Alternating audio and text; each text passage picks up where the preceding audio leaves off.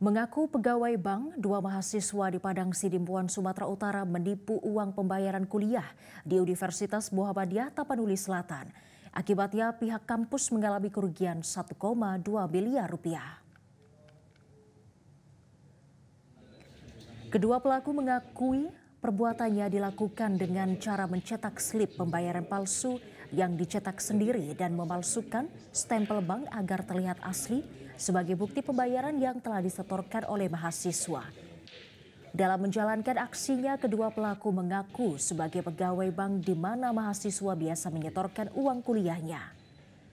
Kapolres Padang Sidimpuan AKBP Wira Prayatna mengatakan kasus ini terbongkar setelah administrasi keuangan Universitas Muhammadiyah Tapanuli Selatan menghubungi pihak bank untuk mencocokkan slip pembayaran mahasiswa di bank tersebut. Namun slip pembayaran ternyata tidak sesuai dengan yang dikeluarkan pihak bank. Akibat peristiwa tersebut pihak kampus mengalami kerugian sebesar 1,2 miliar rupiah. Kedua pelaku mengaku uang tersebut digunakan untuk judi online dan membeli sejumlah barang. Di koran tanggal 14 Februari 2025 yang masuk ke keuangan UMTS sebanyak 6 transaksi.